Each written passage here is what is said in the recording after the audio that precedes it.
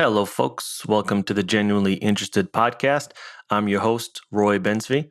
This podcast is an opportunity for me to speak with some of the most interesting people I know, either with amazing talents or achievements or unbelievable life stories or just invaluable insights into areas which they have dedicated their lives to studying. I sit down with these amazing individuals from across the planet and I try to ask them questions that will hopefully help you, the listener, extract something valuable or learn something new or just hopefully get inspired by.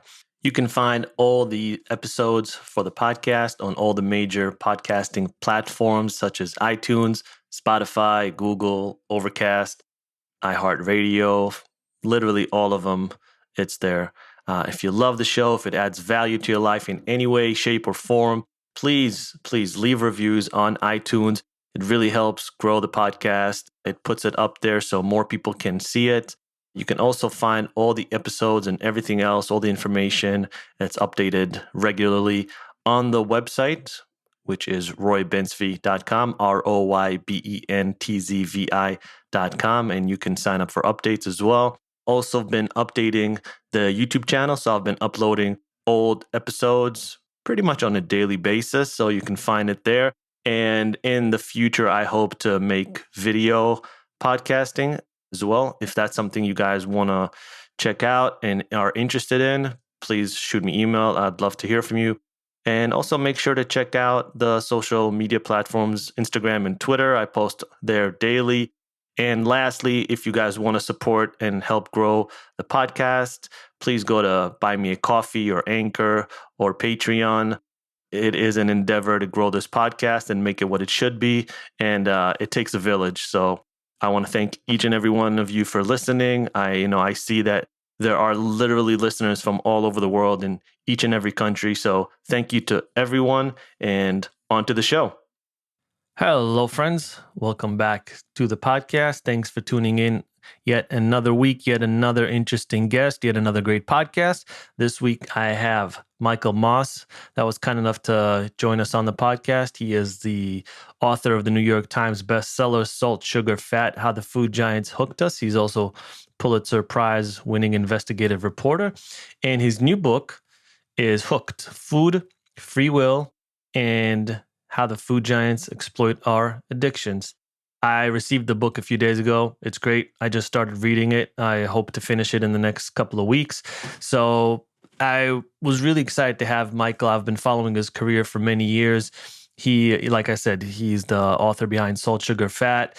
And I've always been interested in the, I guess, percentage. How much free will do we have? How much is, these food giants or really any big corporation, how are they tapping into our innermost biology or psychology to keep us coming back for more, to keep us consuming their products, their services on a daily basis? And what is addiction? We cover what addiction actually is, regardless of the product. Doesn't matter if it's heroin or sugar, addiction is addiction.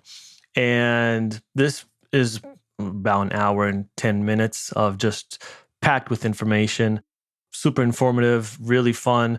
There's a lot of wow moments in the podcast of things that Michael explains to me that I just had no idea about that are just fascinating. So I'm sure you guys are going to love this episode. I don't want to take up too much time in this intro.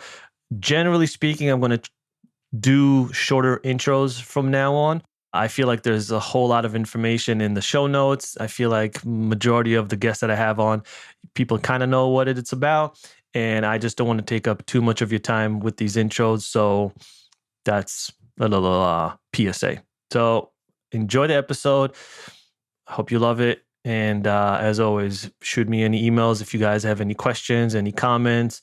I am always happy to hear from you guys. And yeah, without further ado, here is Michael Moss. Enjoy the episode, everyone. The Genuinely Interested Podcast.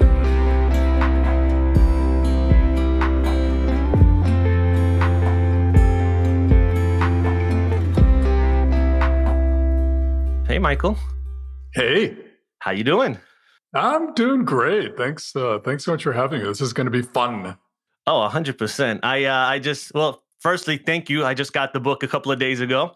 So thank you so much. It's beautiful. The cover is beautiful. And I just, I haven't had time obviously to read the whole thing, but I just got into it. Super interesting. Thank you. Yeah, the cover, the artist did a fantastic job in trying to sort of capture the essence of the book, which is kind of inside our heads, but also inside these, giant food companies. Yeah. Is it, what's the feeling like when you have a new book and you've been writing it and it's been in your head and maybe only a few friends have read it and then it's out into the world? Well, you have to, that's a really interesting thing because you have to start thinking about it differently. You have to start talking about it. And so, as opposed to being in your little world and typing on the typewriter, right? Making it happen. And so kind of the way I talk about it is fundamentally much different than the Yeah. way it's kind of written. And it's both storytelling, but the way you tell those stories are different. Yeah. I mean, you've had a long, this isn't your first book. I mean, you wrote Salt, Sugar, Fat. You're a Pulitzer Prize-winning journalist, NYT bestselling author. And this new book, Hooked Food, Free Will, and How the Food Giants Exploit Our Addictions. It's, you weren't always into food. Like, that's not what you were covering, a couple of decades back, right? When did that switch happen? And I guess what made that switch happen that you started to cover food so extensively? Yeah, so in 2008, I was in Algeria interviewing some Islamic militants when a couple of FBI agents showed up at the New York Times in New York looking for me. I'd been traveling to Iraq, tormenting the Pentagon for its failure to equip American soldiers with body armor. Okay. And then I was wandering around the Middle East, Syria, Lebanon, Morocco, and Algeria. It's kind of looking critically at the war on terrorism and how that was sort of, if anything, encouraging militants to recruit more people for the war. And according to the FBI, somehow I'd managed to end up on an Al-Qaeda hit list, and my editors immediately ordered me home. Well, it wasn't really clear what was going on. It may have just been Algeria wanting to get rid of us, but I took the next plane home, and I think I was pitching a story about, U.S. arms sales overseas when my editor at the time said to me, "Hey, Michael, what do you think about peanuts?" So this is now 2008. I go, I thought she was joking, right? She goes, no, there's been an outbreak. There's been an outbreak of salmonella in peanuts that are being produced in southern Georgia on the Alabama border. And they're making people sick all over the country. So I go down, and that was my first kind of foray into the underbelly of this processed food industry, because weeks were going by and the companies using these peanuts as ingredients in thousands of products, hadn't even figured out that they were using them. So they lost control of the food chain. And then I looked at E. coli and hamburger, and that was kind of a story about the industry intentionally not taking some steps that could have better ensured our safety. And I was looking at sort of more kind of accidental problems in food when a fabulous source of mine, a scientist who tests meat for E. coli, said to me, Michael, as tragic as these incidents of contamination are, you really should look at the stuff my industry is intentionally adding to its products, over which it has total control. He was worried about all the salt going into processed food. That led me to look at sugar and fat as this unholy trinity that the processed food industry uses to get us to not just like their products, but to want more and more of it.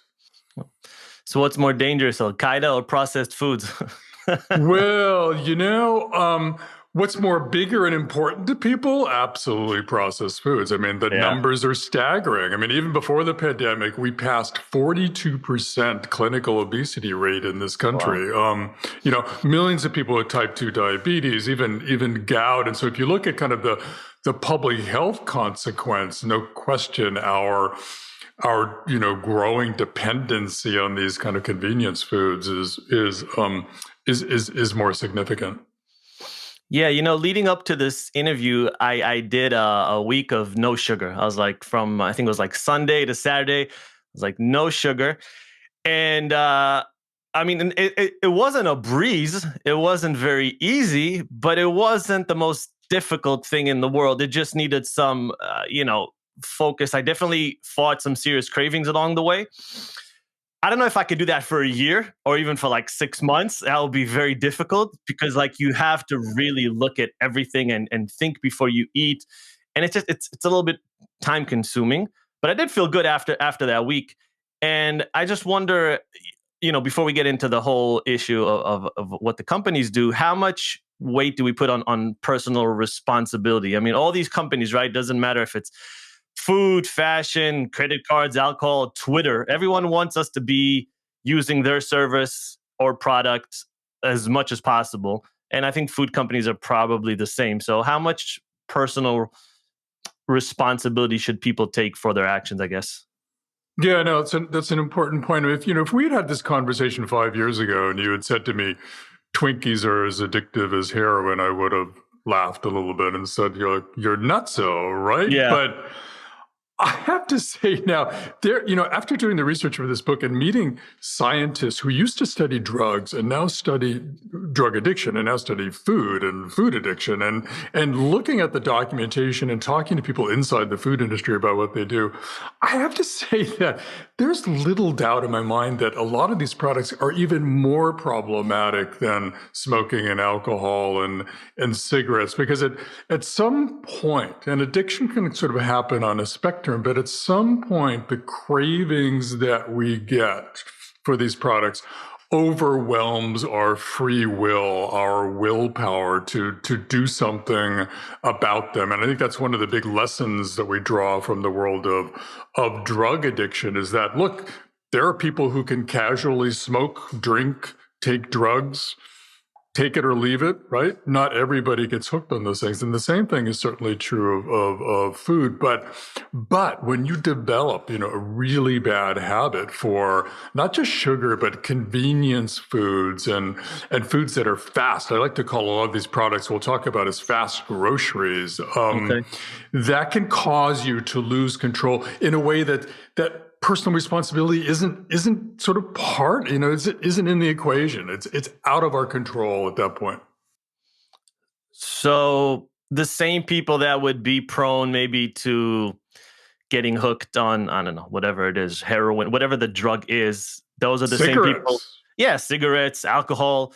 Those are the same people that would be prone to, instead of eating one Twinkie, eating 10 Twinkies. I think even more so, and one of the things that makes food more problematic is that your weak abstention from sugar notwithstanding, we Yeah. can't just stop eating, right? And so for many people, kind of our dependence on food isn't just kind of cravings for sugar or fat or salt. It's like this slow creep of dependence on these ultra processed foods, which come in many shapes and sizes and whatever. And we can't, as I say, we can't just stop eating. And so that makes dealing with it much more problematic. Plus, you're getting bombarded with advertising and marketing and cues Everywhere. for food constantly, right? I mean, your drug dealer isn't knocking on your door on your television set and in your iPhone constantly, right? At least you get away from him. Yeah. Or you don't have to walk by a bar. You can detour around it. But we can't get away from food and this onslaught of marketing, which gets inside our heads even when we're not realizing it. So, I mean, maybe if we take a step back, maybe so people understand, I guess, what is addiction? What constitutes addiction? How does someone get diagnosed as being addicted to something?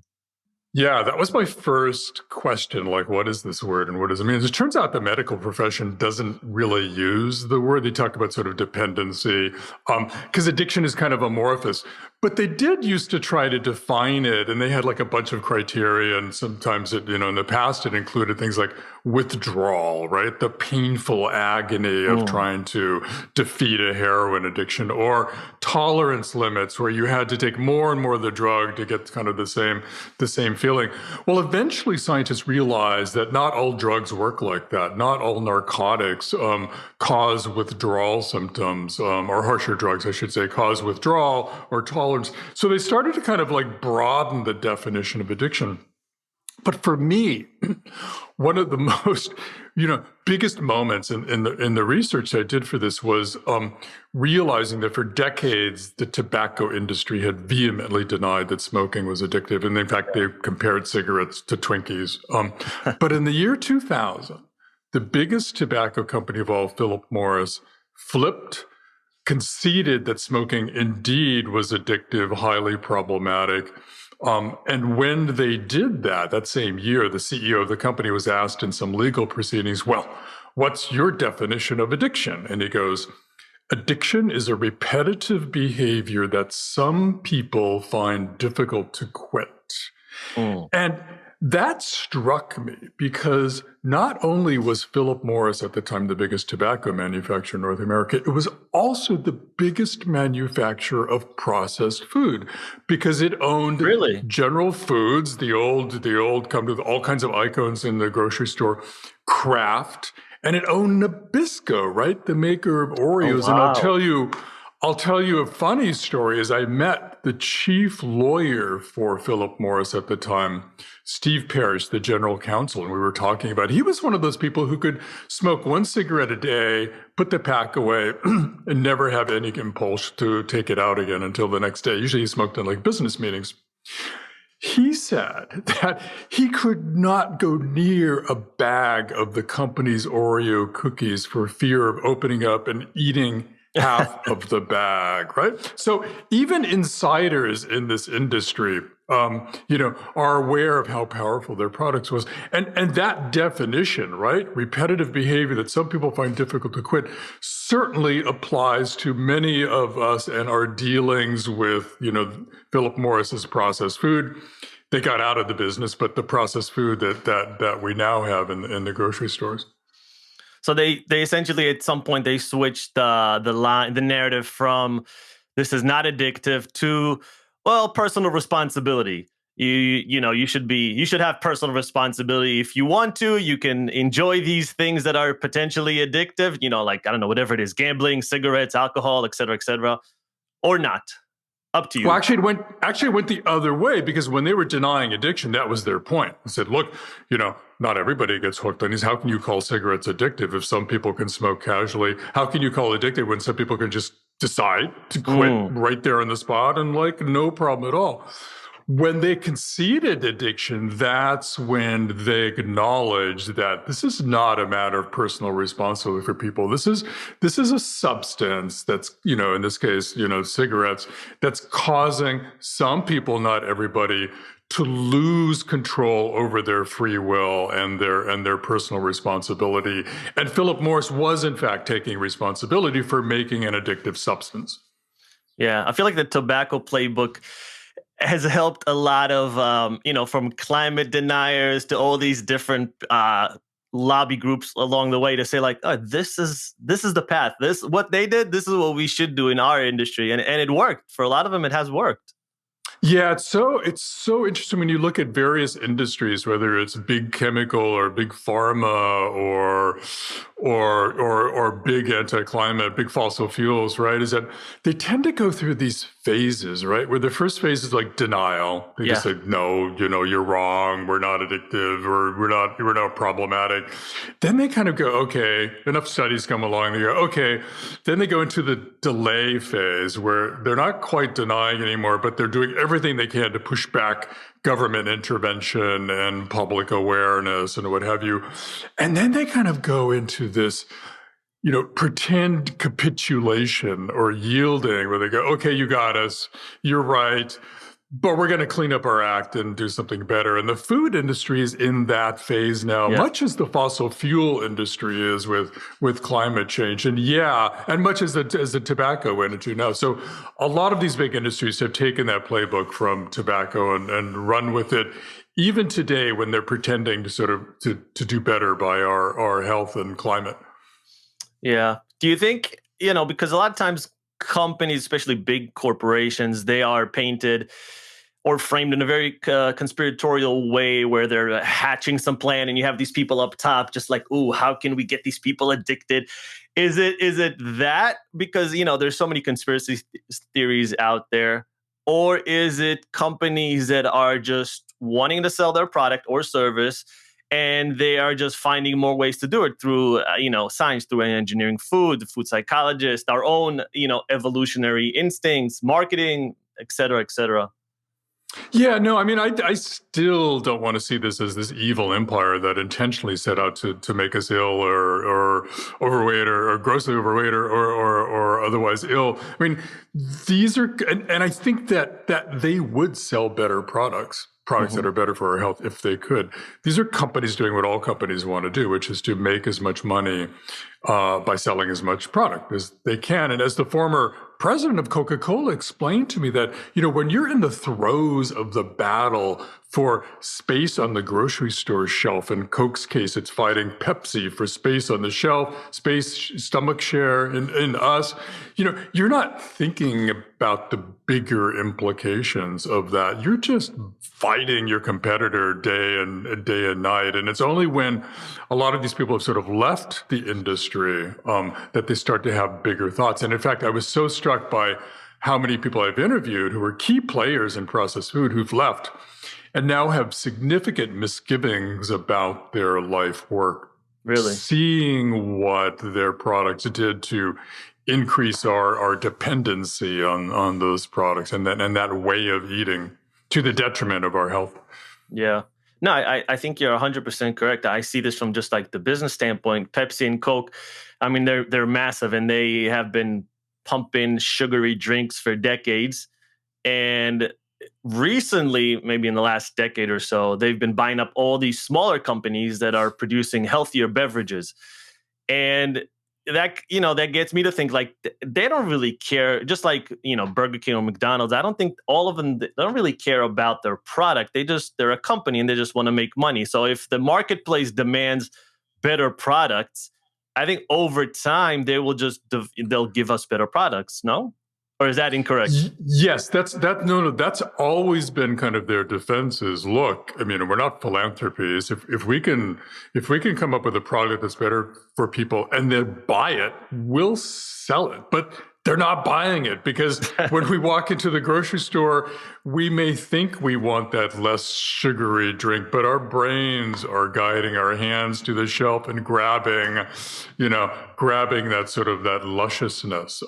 And that's one of the big points of Hook too, because I came across evolutionary biologists who said to me, Michael, it's not so much that food is addictive, right? It's that we by nature are drawn toward food in ways that for much of our existence even led us to overeat.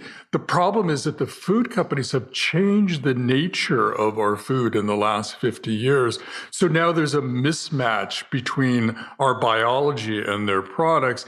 And overeating has become an everyday thing. And so I think one of the key aspects of looking at these products is not what's on the label, the salt, sugar, fat, but what's not on the label, which is they've discovered ways to tap into and exploit, if you will, our basic biology. We love cheap food. I mean, going back to when we lived in hunter-gatherer societies, right? It made a lot more sense to, instead of running down an Impala for dinner, grab that aardvark sitting there because it's all about saving energy, right? Well, that translates.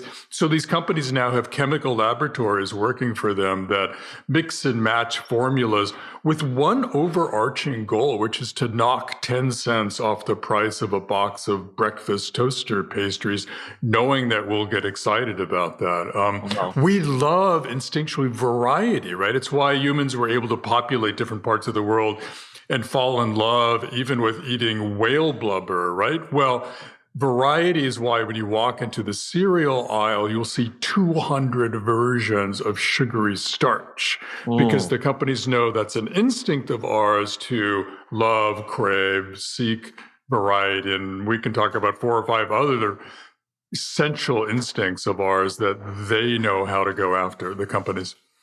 But that's an American thing, right? Like majority of the world, you go into the supermarket, you're not getting 200 different cereal brands, Oh, right? yeah, but it is changing. Oh my gosh. I mean, I can't, my first book, Salt, Sugar, Fat, got translated into 20 languages Oh, wow. and here's another sort of pattern, after tobacco. When tobacco, conceded that smoking was addictive back in 2000, it was at the same time moving overseas to countries that were not paying attention to smoking like we were here in the United States. The same thing has happened with processed food. As more and more people began caring about what they put in their bodies in this country, the companies have been selling kind of this American style convenience, highly processed, inexpensive food to Europe, to developing middle class, areas like in Brazil. I mean, throughout the world. So it's kind of shocking now, even to go to a place like France, which used to laugh at our snacking. I mean, why? Those crazy Americans are like spoiling their appetite for one of the best times of the day when people sit down with their families and have a luscious home-cooked meal and linger and talk. That's insane. Well, even the French now are like walking down the street, eating and drinking. I argue, in large part because of the influence and the overwhelming attraction of these products going after our basic instincts. Yeah, I mean, the US has just been exporting, I guess, culture for the last half decade. And it's in the clothes, it's in the music, it's in the movie stars, celebrities, and food and brands, right? It's a part of it as well. The McDonald's, the Burger King. I think I saw somewhere where a few years ago they opened, I think off the top of my head, it was a Dunkin' Donuts in Reykjavik in Iceland. And there was a line. They were saying like blocks and blocks, just people wanting to get the Dunkin' Donuts. There's no one's immune. Kentucky Fried Chicken, and in Africa, it's like nobody is immune from this because, again, the natural instinct we have for this food that's cheap, it's convenient, it's yummy, tasty, goes back to the cradle of mankind. I mean, all the way back to when we first stood up and began walking on 2 legs. Our body changed in ways that attracts us to food, in a manner that now makes us so vulnerable to these products, no matter where we live in the world. What's funny though, in Israel, which is where I'm from originally, all these big companies have failed, except McDonald's, I believe. But Wendy's, KFC, I don't know, Starbucks. Name a big brand that, as far as like food, the chains of these fast food. They've all failed. They've all closed shop and left. Like the local palate or for whatever reason just didn't jive with whatever they were selling. That is so interesting. But I have a question. Who is your famous hummus maker in Jerusalem, where I've spent time? Oh, that's a tough one. It's like asking. It's like probably going to Mexico and saying like, "Where's the best taco stand?" It's like controversial because every city, every place, they have the best. There's a few that are very, very famous. I've been to those, but I think that's reflective of the culture there too, which is this deep appreciation for local, for real, for just that, which is who's got the best hummus? I might be banned from some places if I name someone else. So I don't want to. No. Sorry to put you on. That's a hard spot to be on. I'm joking. There's a place in my hometown that makes a mean bowl of hummus, but they're really good. I think the other thing is just it's a small country. It's hot majority of the year round. People like fresh food, and because a lot of it is grown, we actually grow so much we export to Europe, and you get like I remember the first time I came to the US, I ate a cucumber, and I was like, what is this? Like, this doesn't taste like the cucumber I know from back home. Oh, that's so interesting. And it's just Yeah. because it's all grown very local back home, and it's, delivered to your supermarket within a day or two. And it's not like here where like they grow it in Mexico or California, shipped to New York. By the time you get it, it's a few weeks out, right? And so it's the taste is just it's different. Oh, I know. I've been to pita shops, for a pita sandwich, and they put the chickpeas in and the hummus, and then they turn to the bin of sort of freshly chopped vegetables, right, Yeah. including tomatoes. And I go, God, throw all that other stuff, dump those things in there because they're so tasty and rich with flavor. Yeah, so now we can talk about food memories because you are taking me back instantly. I can smell, feel, taste those pita sandwiches just talking about it. And that's another really powerful aspect of food that makes it more problematic, I think, than even drugs, because we begin building memories for food at a really early age, possibly even when we're still in the womb. Scientists talk about the adolescence bump when kids create more stronger memories for things than at any other time in their life. And the food companies know that if they can get inside kids' heads when they're forming these memories, they'll be there for life. They'll develop brand loyalty. And so that's why Coca-Cola discovered, or rather moved, to put a soda in the hands of kids in every ballpark in the country, knowing that when they're there with their parents for this joyous moment, right, that the excitement and joy gets associated with the soda in the brain, in the memory system. And so they will forevermore associate having a soda with that wonderful time. That's kind of what the power of memory. That's how the food companies are able to sort of take advantage of the power of memory for us. So smart. Yeah, I mean, they are. evil, but so smart. Yeah, they are.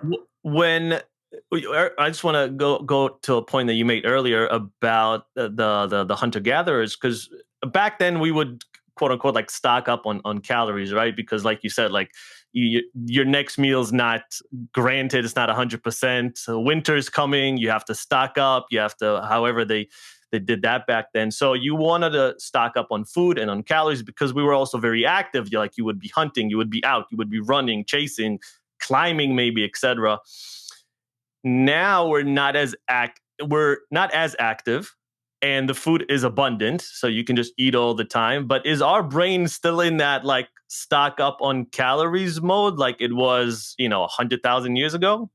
So this will blow your mind. So Okay. we have sensors in the gut, possibly in the mouth, that can tell how many calories are in the thing that we're eating or drinking. And they do these experiments where they have 2 glasses of water, and one of them has this substance called maltodextrin, which is a kind of sugar, but weirdly, most people can't taste it or feel it. So that glass of water seems just like ordinary. Do experiments. Okay. People will almost always choose the glass with the maltodextrin because they're sensing the calories. The brain wants those calories, right? And so what do the food companies do?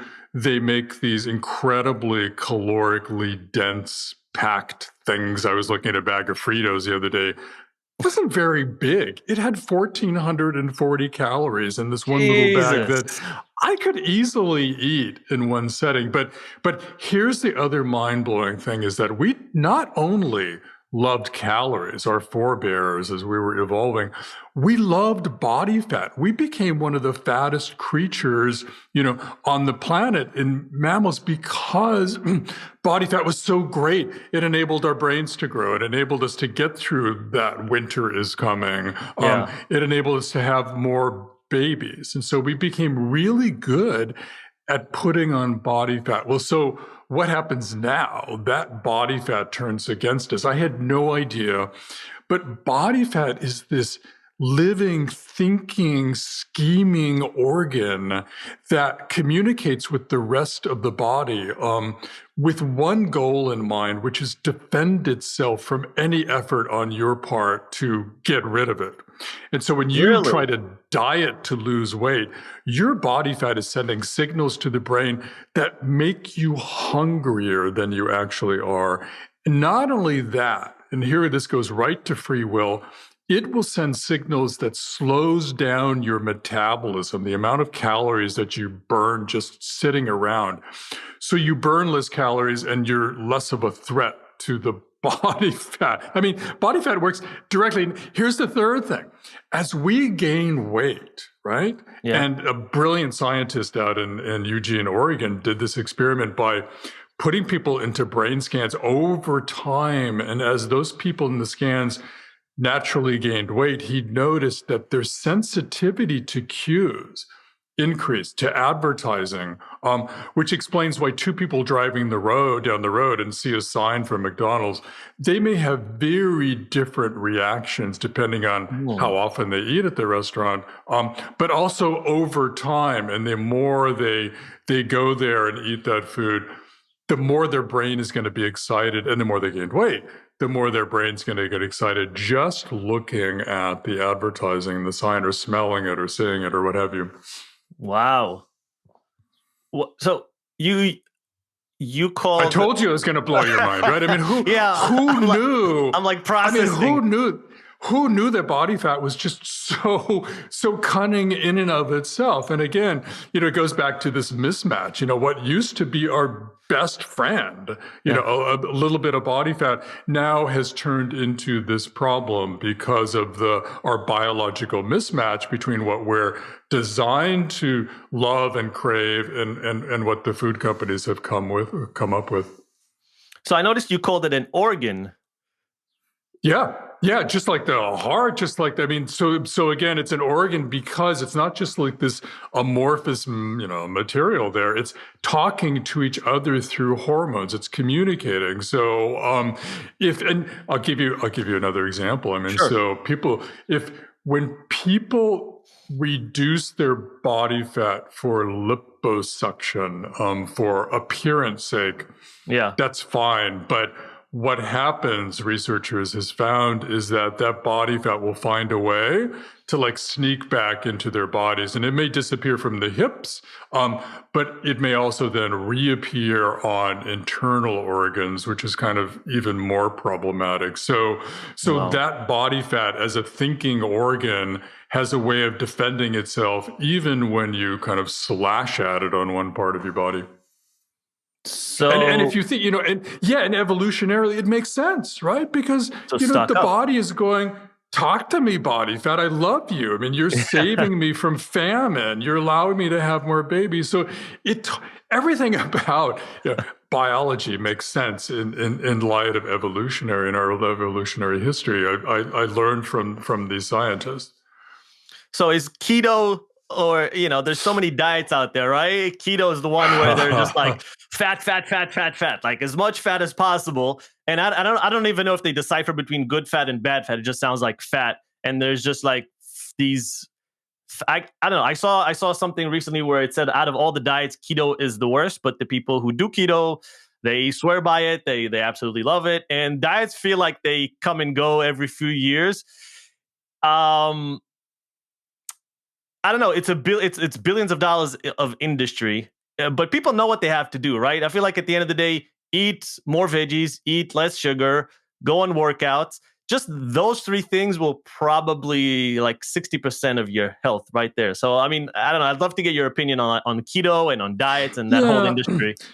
I mean, I'm not a diet expert or nutrition expert. My sense is that, but from talking to really smart people, my sense is that, look, if keto works for you, you love it.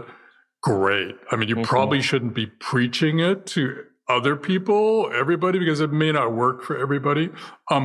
What stunned me about dieting overall is kind of the bottom line, which is it works, unless you do something really crazy that's so different that you can't stick to. And that's what happens to a lot of people. They get pulled into kind of extreme diets where they just can't. They can make it work for a week or two, but then they're back to kind of their original habits. What stunned me, They're not sustainable long term.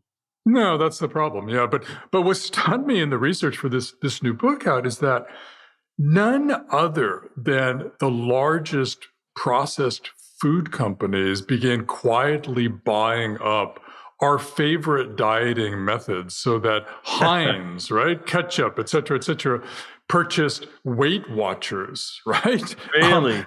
Seeing that people were having trouble with processed food and were starting to gain weight, Slim Fast, Atkins, the South Beach diet, all were acquired by big processed food companies. And not only that, but they started marching around the grocery store making new diet versions of their products, which were kind of just like slightly less bad for you than kind of the full-size thing. So you'd stand in the freezer aisle, right? Arguably one of the most treacherous parts of the grocery store. Yeah. And there'd be the Hot Pockets, right? Made by Nestle. And then there'd be the Lean Pockets made by Nestle. And you're supposed to stand there and decide, which one are you going to buy this week? I mean, how stressed out am I by family or work that I think I need like the full calorie, Hot Pocket version? Yeah. And how full of, confidence and willpower am I that I can kind of stick to the Lean Pocket? And is that even going to matter at the end of the day? So that to me was kind of the most troubling aspect of dieting, which is that it came to be owned by and controlled by the same companies that were causing us to lose control over our eating habits. That's funny. It's so funny. I saw a documentary the other day about completely unrelated about the college scandal thing, and one of the parents that got caught was the founder. That was this lady, and she's the founder of Hot Pockets. And she kind of paid this guy. You saw that one? I saw that. Yeah, Hot Pockets was invented by I think it was a couple of brothers. Or maybe she's the daughter of the founder. That could be. Yeah. And they sold it to Nestle back in I'll get this wrong. The early 2000s anyway, for an enormous sum of money.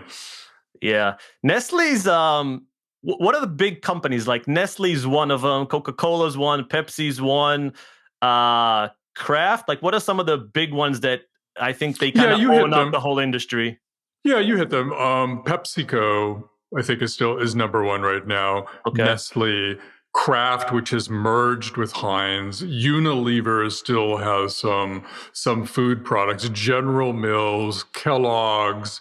Procter. Who am I leaving out? ConAgra. Procter, I think, is more consumer products. Okay. I'm not sure if they have any more food. I think there's about 10 big ones. Look, some people like to look at this industry as a cartel, because they do tend to control, newcomers into the market. And they've always been bad about inventing their own products, going back decades, right? They invented instant Jell-O and Tang, but really what they're all about now is coming up with a new flavor of potato chips, right? Knowing that we get excited about that. And so they buy inventions from upstarts, mom and pop little companies, and then kind of run with those. But if you try to independently put like a better for you product on the grocery store shelf, you're up against these giants who control the space, who control the marketing. It's impossible. I used to have a product. We had a line of these healthy shots that were cold pressed and not shelf stable. And it is very, very difficult to get shelf space in supermarkets. Very, very difficult. Yeah. So and then you have these big box stores that are popping up now.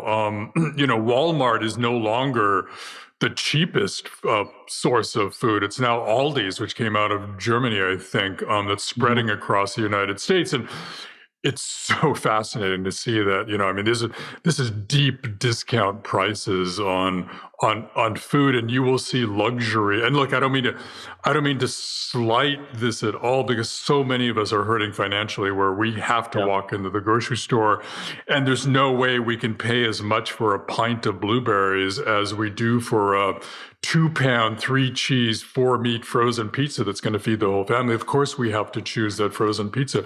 But you will see in the parking lot of these deep discount stores, luxury cars. Again, going back to kind of our instinctual excitement that we get over finding cheap food.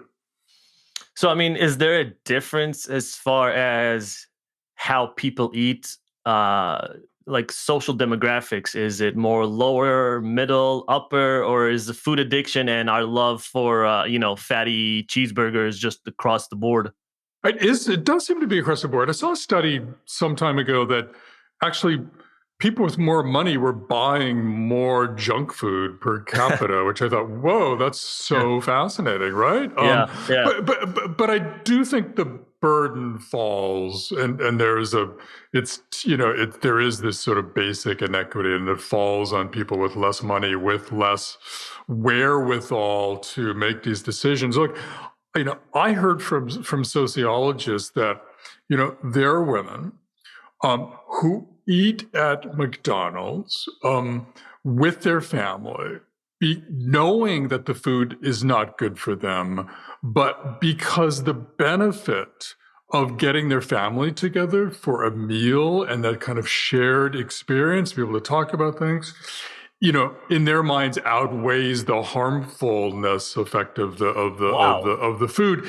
And it's the only place they can afford to go for that family kind of reunion time. That's, I think, it's just a stunning example on Wow. how this affects, people of less means more than even the rest of us. That's actually fascinating that you mentioned McDonald's. The other day, I drove to the gym, and there's a McDonald's across the street. And I'm not exaggerating. There was a line outside the window, because there's a drive-through, 40 cars, right? Easily 40 cars. And I was like, do they have a special? Like, is there a sale? Like, why are there so many cars? And I guess that's just how it is almost every night. And I was like, the fact that there are people in their cars willing to wait 30 minutes for their burgers. And this isn't like I'm not where I live. This isn't like a food desert. It's not like there are not other options available. There's plenty of restaurants here, and there's a lot of really good food. But still, people choose the golden arches, and they're still going to wait in line 30 minutes.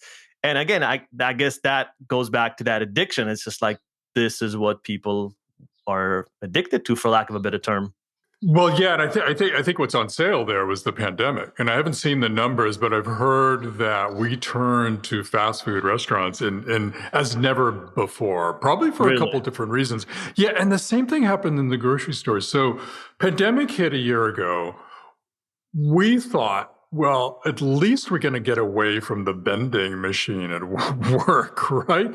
But what happened for many of us is that we turned our kitchen cupboards into vending machines, because we went to the grocery store. And those memories began flooding into our brain, because we're stressed, we're scared, emotions were like, doing a little bit of hoarding.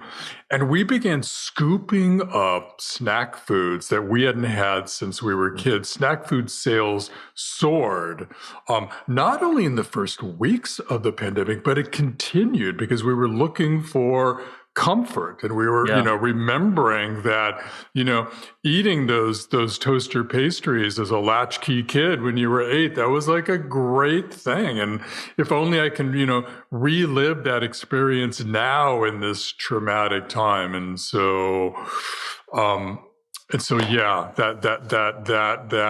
that undermined our efforts to kind of improve our eating habits during the pandemic by cooking more food ourselves.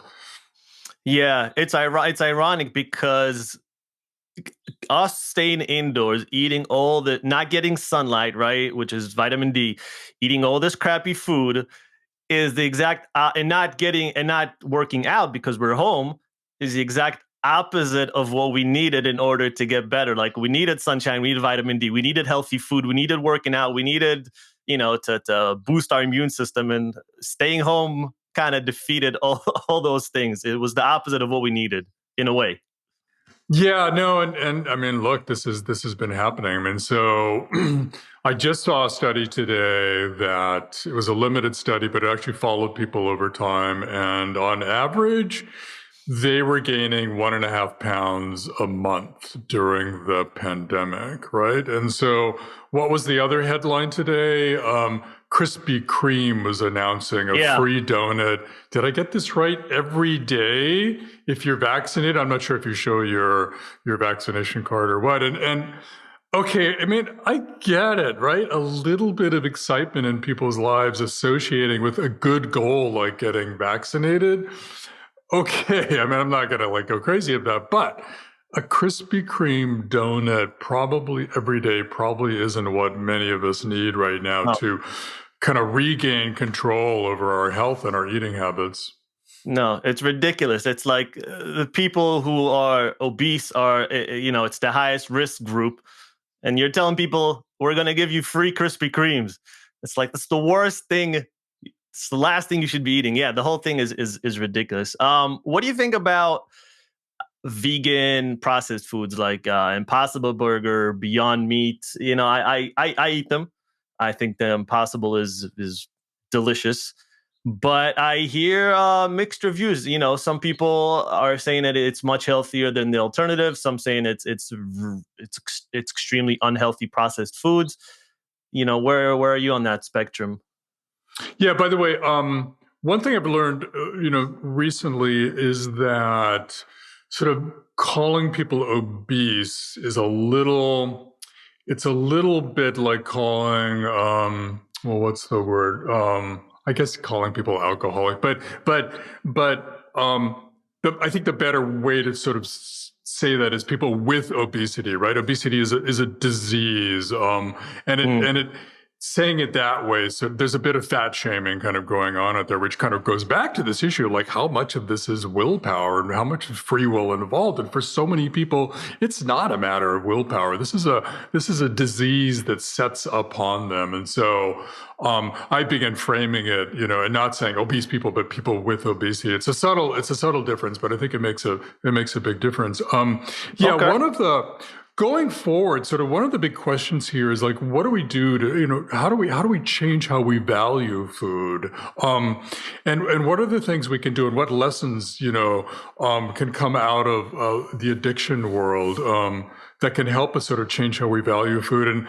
And it gets complicated because there's so many aspects of food. So when I go grocery shopping, I'm now thinking about not just my health, but I'm thinking about, okay, how were the workers treated who made that food? What was the impact on the environment, right? There could be like 4 or 5 things, and it may all drive you crazy, and sometimes we can only focus on one of those things. But I think what you're seeing now is this emergence of tech food, right? Really smart people from Silicon Valley who are reinventing, truly, some of our most favorite things to get rid of the meat or the dairy or the eggs or the soy. And one of the challenges there is that they may be able to fix one of the things. Like, so if you're going for Impossible Burger, you've solved the animal welfare problem, right? And maybe the climate issue, I'm not sure. But it may still have the same health profile as a regular fast food burger. And so it gets complicated. Yeah. So it's, if there's an option, should still probably have some veggies instead of going for that Impossible Burger. So I guess, should we, I don't know if this will ever fly, but should we go through some sort of food literacy in schools, being able to kind of like decipher food labels, ingredients, ethical standards, like you said, environmental impacts by food. Like because there's not a lot of transparency on the part of big corporations, is it not incumbent on us to teach kids, or for the government to implement some sort of a mandatory course in schools or in colleges? I'm so glad you raised that, because we used to have this thing called home economics, where girls, but also to some extent, boys were taught how to plan, shop, cook for themselves, right? Well, that went by the wayside in the 1980s for a couple of reasons. One being that the people teaching home economics, suddenly had to start dealing with some bigger society problems like teenage pregnancy or helping their students get jobs when they got out of school. And so they began focusing on those things and away from, and they kind of dropped food. I totally think that one of the ways we can solve our trouble with food is to put home economics back in the school, but in a smart way, like not preaching healthy food or great recipes, by itself, but kind of teaching food as politics, right? As kind of free will and personal responsibility. I mean, do you want to be in charge of what you're putting in your body and fueling your body, or do you want these multinational companies who only care about money making that decision for you? And when you frame it that way, I think kids really, really get it, even young kids. And they can see food in this bigger context and have conversations about it in that way. So that would be one of 10 things I would do to try to start changing the total kind of food environment that we're in that works so much against us. Yeah, because I think most people are good people. I think most people, if you had, it's kind of like cigarettes right now where they have pictures. I don't know if this is true in the US, but some countries have pictures of the effects of cigarette use, and it'll just be horrific pictures. And still some people, smoke because it's addictive. But I feel like if you told people like, look, this meat was, produced in this way. The workers that made the food were treated in a certain way. This has X amount of CO2 that comes with it. I think A, companies would start acting a little bit differently, but B, I think consumers would definitely choose the better food, the less, environmentally harming, the less harming on animals, people, etc. Yeah, no, I think so. Although in the throes of shopping, when we're distracted and think about other things, it can be harder to think about those things, right? Until you kind of develop the habit, and then you don't have to think about it. You're not going to buy that product because you've already researched it, and that's not fitting in my value system for food. But I'll give you another kind of related example. Sure. So a few cities in this country, I think, but also in other countries, have started to impose a special tax on sugary items like soda, kind of with the idea that a little bit of nudge, right? It's called nudge marketing, will cause people to buy less of that product, even if it's, just a few pennies. And it does seem to be working. And again, this makes sense evolutionarily because we love money as much as we love, right, junk food, right? And so when you're standing in the store and suddenly that soda costs 10 cents more, it can give you that little bit of leverage that you need to resist. And if your kid's tugging at your leg saying, I want that soda, you can say to them, okay, do you want to spend your allowance buying that soda? And then suddenly you get like, whoa, my money. So even things like that, and that's kind of what happened with cigarettes too. They put the warning labels on the packets, but they also put a huge tax on them. And I think that as much as anything sort of had that impact of helping us sort of lessen our dependence on those substances. Why is processed foods, the high fat, high sugar, the salty foods, why are those so addictive? But celery or kale or Brazil nuts, why is the non-healthy stuff much more addictive than the healthy stuff? Yeah, I think there's two reasons. One, the calories, which we've talked about. We're drawn to calories. So anything with a lot of calories that's packed in there, we're going to love. Two, a lot of people focus on sugar because, in fact, they lose control with sugar. I've met people who can't touch a grain of sugar or processed white flour because it kind of acts like sugar in the body. without losing control. And so I think you have to look at that unholy trinity of salt, sugar, fat too. So one of the hallmarks of drug addiction is speed. The faster a substance can hit the brain, the more apt it is to lose control and get you to act impulsively, compulsively. And it turns out there's nothing faster than fast food, in the way that it hits the brain. Scientists did this little experiment where they sat people down and said, we want to find out how fast you taste sugar. So they put a little sugar in. And so when you taste it, press this button. So they put a little sugar on their tongues. And because of the way we're designed, right? So heroin didn't create a new system for getting the brain addicted. It uses the system that the body designed to get us hooked on food. But food has a little trick that even heroin doesn't. So when the sugar touches your tongue, the sugar doesn't go to the brain. It sends a signal through the taste buds that goes to the brain. And in this experiment, that signal went to the brain, the reward center, which told the person to push the button. And they pushed that button in barely over half a second. Wow. Compared to smoking, which can take as long as 10 seconds to sort of fully affect the brain. And, narcotics and alcohol can be kind of somewhere in between that. But that put fast food and fast groceries in a whole new light for me, because that, besides the calories, it's the speed that those products, right? Celery stick, you got to chew that sucker, right? The fiber in there and the water is slowing you down. And even when it hits your gut, the gut is moving very ponderously.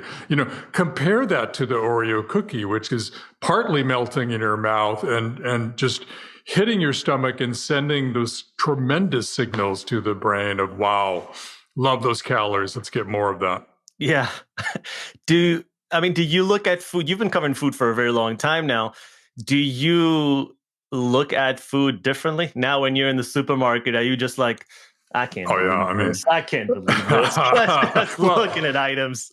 I do. People look at me because I'm like laughing to myself in the aisle, because knowing all the tricks that they played, you could see so many of these like right on the front of the label. I mean, they're not hiding this stuff, right?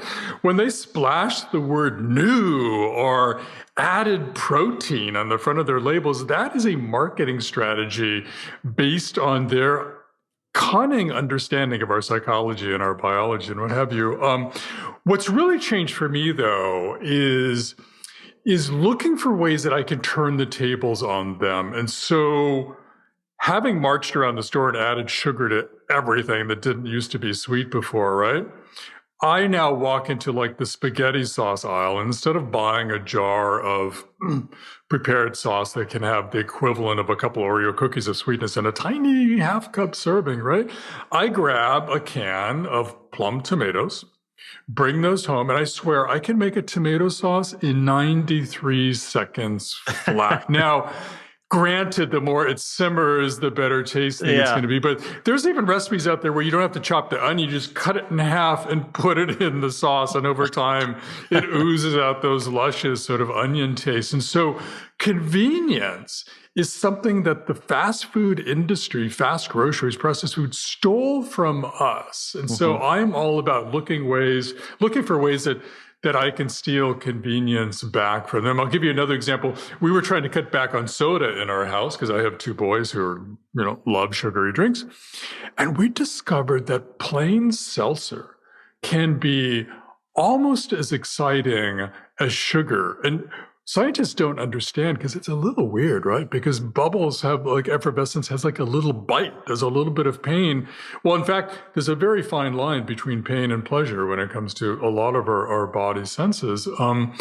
And my boys have been able to replace sugary soda with plain seltzer, and get away with that sort of, and resist the temptation to go back to the sugar. Well, where did plain seltzer come from, right? Well, before the companies began dumping sugar into soda, that's what people drank, was plain seltzer. There's a town in Germany named Seltzer because there's connoisseurs. They have different kinds, and they would, they would sit down and have argue over which plain bubbly water was better than the next. So we bought an appliance from Israel, actually. I don't need to mention their name. SodaStream? Well, there you go. But, Yeah, yeah. and that's like sitting on our kitchen counter now. And so there's something else we've taken back that the industry, I feel, kind of stole from us.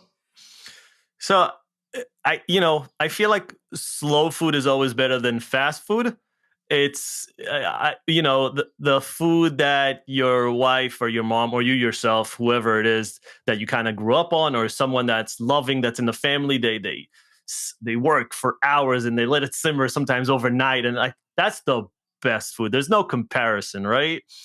I think so. Yeah, I mean, look, you can. There's no way we can. I mean, I say this, but there's, certainly with salt, right? Most of the salt in our diet comes from processed food. There's like no way a home cook can add as much salt as these processed food companies do, because they're using those ingredients for other reasons, preservatives, texture, to add some color to the food, because there's like nothing else going on in their products, right? So they have to do that. So, I mean, granted, right? I mean, comfort food, right? I mean, what if you're eating mac and cheese and having a big homemade chocolate cake? But the thing is, I think, is that home cooking enables you to balance that out. So you're not just eating a homemade chocolate cake every night. And in fact, dessert may not be on the menu every night. You're mixing up those things. And there's something about the cooking process itself that slows us down and prepares the body for that food coming in. Not to mention the love and the ritual of having a homemade from scratch meal. There's nothing that beats that. Yeah. I'm kind of hungry now. Me too. I haven't had breakfast yet. Food. Oh my God, I would be talking to people who invented like certain potato chips, right? And they would be, these are scientists and bench chemists who are explaining to me, how the crunch in potato chips excites the brain, and the more crunch, the more we'll eat. And I would get like these cravings just talking to them. I'd want to like end the interview and go get a bag and start eating. It's really great what food does to you, or not so great. No, it's I was literally, for a couple of seconds, I was like transported to my mother's house, and I could almost like smell the food that my dad would cook like over like the weekend. It's crazy. Yeah, again, those memories. Yeah. They can work for us as they do for the food memories too, because I have those memories of my mom's cooking too. I mean, she worked outside of the house, but Sunday evening she would make like 2 or 3 dinners for midweek that she'd pop in the freezer and pull out. She was a fantastic cook, and when I cook for my family, I think of her and those memories, and that's one of the beautiful things about kind of reclaiming that, instead of what the industry imposes on us, which is like try to get us to associate their sugary cereal with cartoon characters, right? In some ways, they've even stolen the language of food from us, right? Those fast food restaurant menus where they use colorful language to describe basically a cardboardy tasting thing, right? Yeah. Well, it could occur to me that we might be able to like design menus for home cooking, right? Where that plain pasta dish on Thursday night was okay, pasta for the, but what if you called it, and actually there's a chef who used to work in the White House for Obama who came up with this, he called it the lucky pasta, because the president had that pasta and had like a fantastic event that evening. I forget what it was, and forevermore. So what if you call your Thursday night pasta the lucky pasta because your kid won a ball game that day? Or we can, that's another thing I think that we can reclaim from these companies. Yeah, I feel like because of the branding, everything is a little bit more synthetic. Everything's a bit more artificial. And convenience, like you said, is a big thing. The sharing, the communal aspect, the family coming together, the smells over the whole day, the anticipation of, I'm going to eat this Friday dinner with the family. And that already starts at 2 p.m. and the family coming. At least this is, I'm just talking like back home. Every country is a little bit different. that you cannot replace that. And when big brands try to synthesize that in a certain way, it's like a generic version of the real thing, you know? Yeah, no, and that's another parallel to drugs. I mean, one of the hallmarks of drugs, or alcohol or cigarettes, is that it's really exciting to kind of take it in, but then it's not very satisfying, Yeah. or over the long term, right? It's almost just all the excitement is in that liking it and wanting it, rather, I should say, and the liking. And I think the same is true with a lot of these products too. And if you want to go on about addiction too, I mean, we're addicted just to buying stuff. I mean, I don't know about you, but Yeah. I have to, like, when Amazon says, one click here, I have to like yank my hand away from the computer. The thrill of just kind of pushing that button, even for like, a stupid spatula. And the problem is I don't want that spatula to get delivered tomorrow on the backs of, of a poor person who's running around racing, trying to make ends meet, delivering these things the next day, right? I want slow delivery. But my bigger point is just that thrill of buying stuff is also a characteristic of these processed foods as well. And that's why they put so much effort into the marketing and the packaging, right? It looks so beautiful in the packages, right? And then you like pull out the stuff and you go like, what is this? I don't even recognize, like, what was this made of? Is there grain in here? I don't even recognize that, which is another sort of definition of ultra processed foods. It's been so highly engineered and modified and technologized that you can't recognize what went into it. Yeah, no, I 100% agree that clicking of, the buying. Ooh, it's like you have those couple of seconds of like almost tingle. It's like such a good feeling. But, not to get too dark, I had one of my guests a couple episodes ago was Amelia Pang, she's a journalist of Uyghur descent. And she was explaining that a lot of the stuff that we buy here in the US is actually made in those labor camps in China. And we don't really know, it's not necessarily even the whole thing. It could be just like, a part of some tech thing or a part of whatever it is that we do. And some of it is manufactured in those labor camps. We don't know what it is, but it just goes back to this obsession of buying. We're buying all the time, stuff we don't need. And there's consequences to that, both environmental and human impact. It's because we've allowed these companies to set our standards, to define, to tell us what we value in these products. We value speed, cheapness. That's what they're telling us, right? And so, it's up to us to sort of change that and go, no, I value the life of the worker who made that product. You need to tell me about that and assure me that they were taken care of, or I'm not going to buy your product. Yep, that's what it should be. So, Michael, I know we're almost done. I guess I want to ask you, now we're in this pandemic. Before, when you used to release a book, I'm assuming, you would go on all the talk shows, you would, do interviews. Now you're sitting at home and it's Zoom. Do you prefer this model in a way? Because maybe like there's a bigger reach. You can, talk to more people rather than having to travel around the world and talking. Or do you like the old model where it was like a one-on-one and you would feel the crowd and that kind of stuff? There are some benefits to Zoom I've kind of noticed. So in my spare time, I'm learning to play the cello, and I had lessons in person, but it seems like it almost rained every night. I had a cello lesson, and I was going to the studio, and and I'd come in like drenched riding my bike to the cello lesson.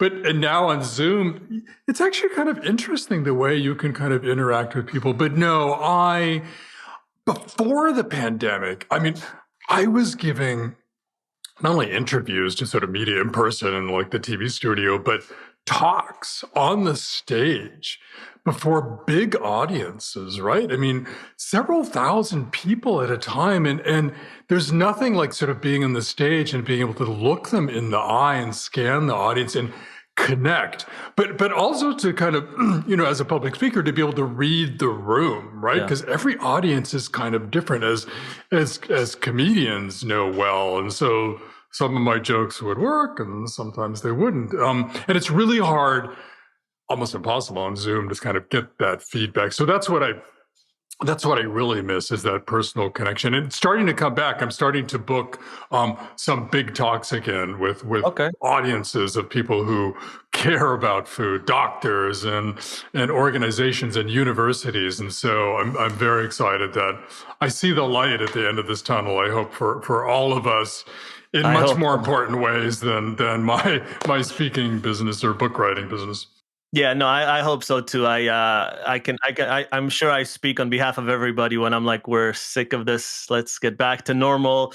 Gets back to just even being less divided as a country, just being nicer to everyone, being able to go out, let businesses continue, and just yeah, I don't know, get back to normal, I guess.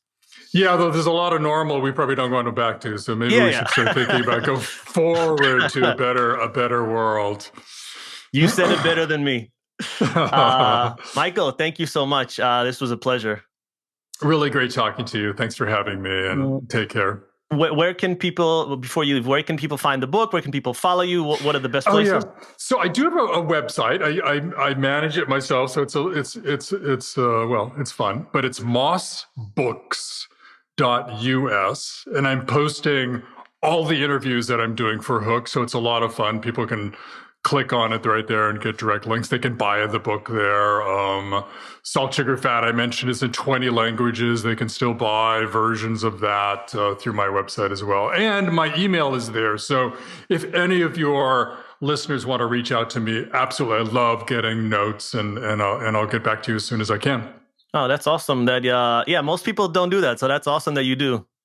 Absolutely. No, I love that contact, especially now during the pandemic. Okay. Well, guys, go buy the book. It's great. I just started it. It is super informative. And again, Michael Moss, thank you so much. I had a great time. Likewise. Thank you. Take care.